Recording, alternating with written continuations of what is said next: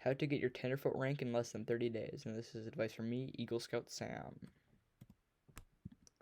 Section 1 requirements are 1A. Present yourself to your leader prepared for an overnight camping trip. Show the personal and camping gear you will use.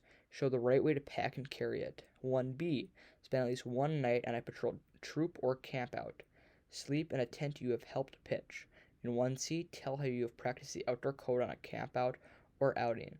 So we will be going over 1A. 1B is pretty self-explanatory. You should have to sleep in a tent, and that's quite easy going on a camping trip with your troop. And then 1C is tell how you practice the outdoor code.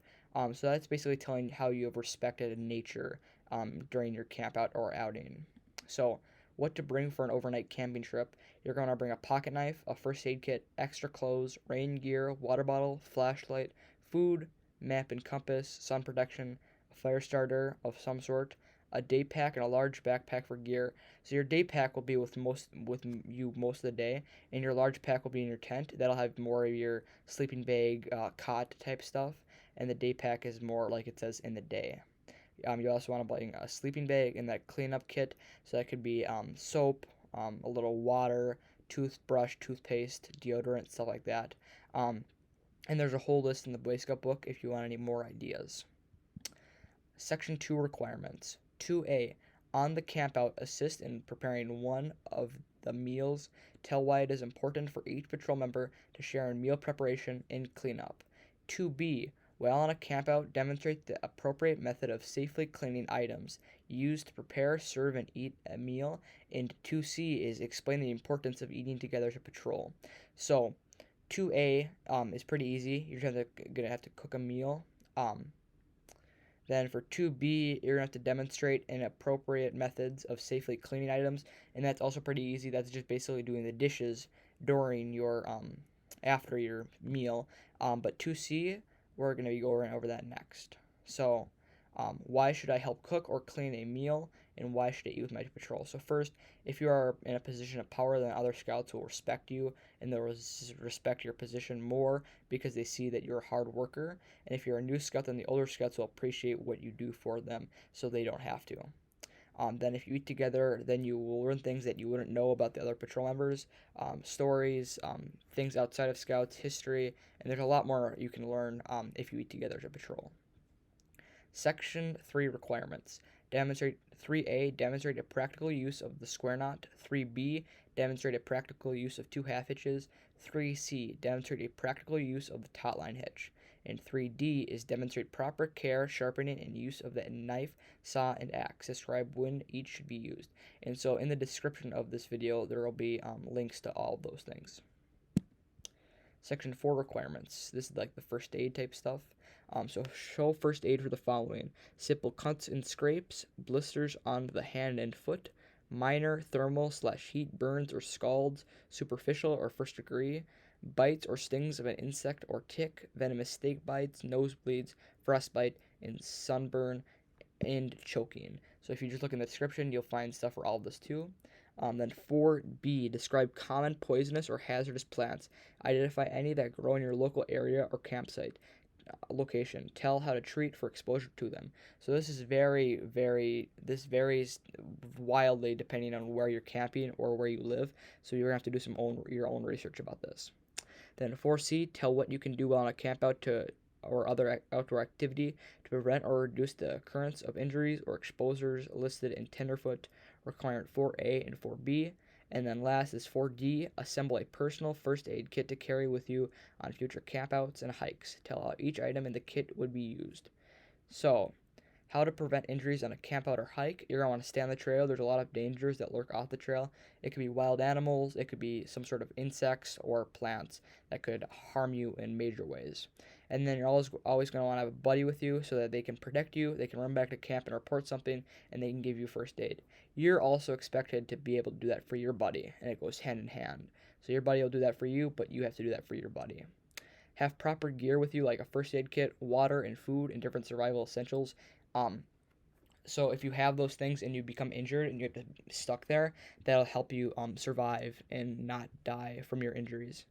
Have a general knowledge of where you are, where your camp is, and how to use a compass and map to get back to your camp. if you get lost on a trail. What should I have in my first aid kit? You should have different types of bandages for all parts of the body. So you should have some ankle wraps, you should have a head wrap, something for the mid body, and then a CPR breathing barrier. That's so if you have to give CPR to someone, you do not have to contract any diseases that they might have. Duct tape, that's just very useful generally, but it could also be used for first aid. Um, Ice pack to treat heat shock or any heat related symptoms. A gallon bag is just so many uses that you could use that for first aid in camping in general. A blanket, that's usually used for shock or something like that, but again, it can be used for almost anything. It could be used for winter survival. Then a pencil and paper. Say you get bit by a venomous snake, you can write down what it looked like so you can get the proper anti-venom when you get to the hospital. Personal protective equipment.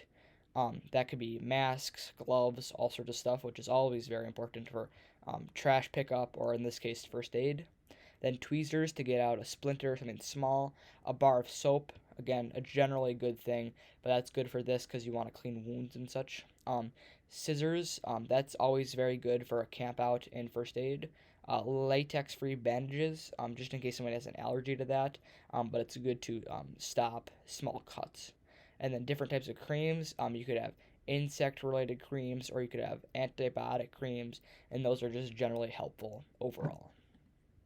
Section 5 Requirements. Explain the importance of the buddy system as it relates to your personal safety on outings and in your neighborhood. Use the buddy system while on a troop or patrol outing. So this is pretty easy. You just have to walk a little bit with your buddy. So that's not too hard. You can get that done really quickly.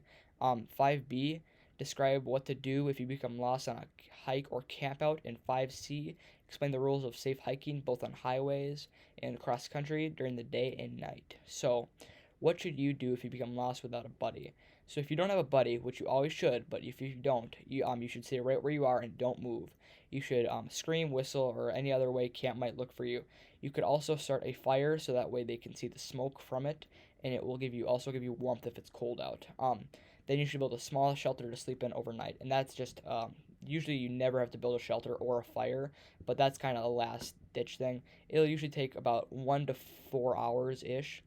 Depending on your scenario, for people to start looking for you, and then they'll quickly find you. But if you start moving around, they won't be able to find you easily. What are the rules for safe hiking? If hiking on a highway, make sure to also have a spotter to see if cars are coming towards you. So that would be another car on the highway or another scout who's on the edge of the highway, making sure that no distracted drivers are going to veer towards the ditch and hit you.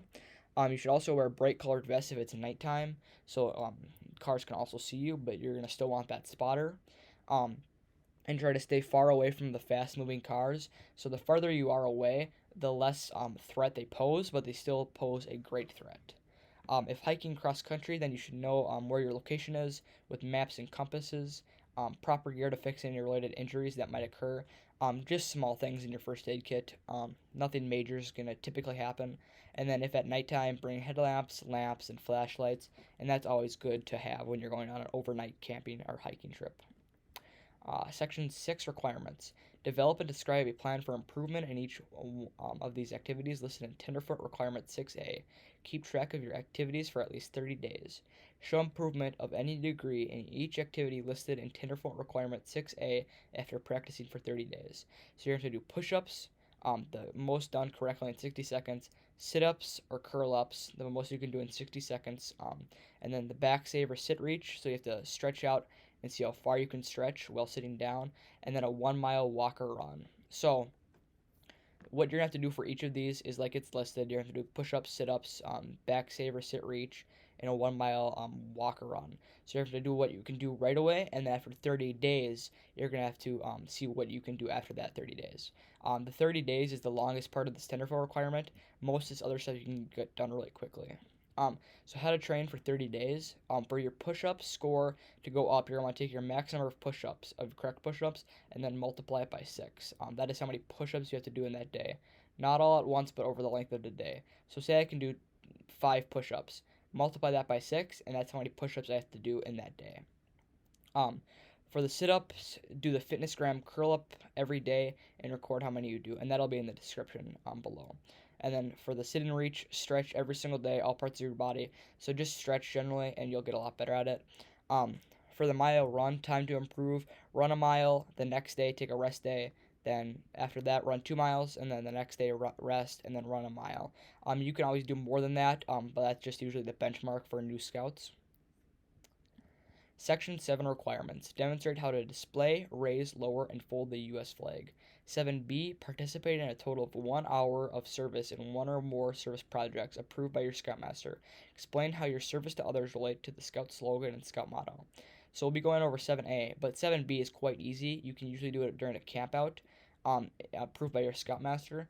And then usually it relates to the Scout slogan and Scout motto by be prepared, because you'll always be prepared with trash bags or gloves or whatever you're doing. And then the Scout slogan is it just generally be kind, help all other people, and stuff like that. So here's how you do it. Fold the flag. You can see in this diagram, you fold it once, so the stripes are showing, and then you fold it again, so the stars and stripes are folding, or showing. And then you want to start at the stars section and just keep folding in a triangle formation. And then when you put the flag on the flagpole, you're going to put the the top part of the flag onto the flagpole, and then the bottom part of the flag on the flagpole. And then when you're lifting the flag up, you're going to go up super fast, and when you're bringing it down at the nighttime, you're going to bring it super slowly down. And then if it's going to stay overnight, you're going to have a light on it overnight. Section 8 and 9 requirements. 8A. Describe the steps in Scouting's teaching edge method. Use the teaching edge method to teach another person how to tie the square knot. In 9A, demonstrate Scout spirit by living the Scout oath and Scout law. Tell how you have done your duty to God and how you have lived 4 different points of the Scout law in your everyday life. So 8A we'll be going over in the next slide, but 9A, think of 4 things from the Scout law, so like trustworthy, loyal, helpful, friendly. And then think of how that applies to you on an everyday basis, and then you're going to write that down and tell an older Scout or a counselor how you are that every day and how it applies to you. So here's what the edge method is and how to use the edge method. So it's explain, demonstrate, guide, and enable. So why you're going to want to do that is because if you explain something, then they'll be able to understand it better. And then if you do it yourself, they'll see how to do it properly. And then you'll guide them on how they do it, and then you'll enable them to have that skill. So if it's the square knot, you're going to explain what the square knot is and how it can be used. And so you're going to want to talk about it. Then when you demonstrate it, you yourself are going to want to do it and show them multiple times how to do it. It might take 1 or it might take about 5 times for them to get it. Then you want to guide them when they're struggling to get it, and then over time they'll be enabled to tie the square knot. Section 10 and 11 requirements. 10, while working toward the tenderfoot rank, and after completing the Scout rank. Requirement 7, participate in a Scoutmaster's conference. And so that's basically to prepare you for your board of review that you'll have. So your Scoutmaster conference will see if you're your Scoutmaster will see if you are ready for your board of review.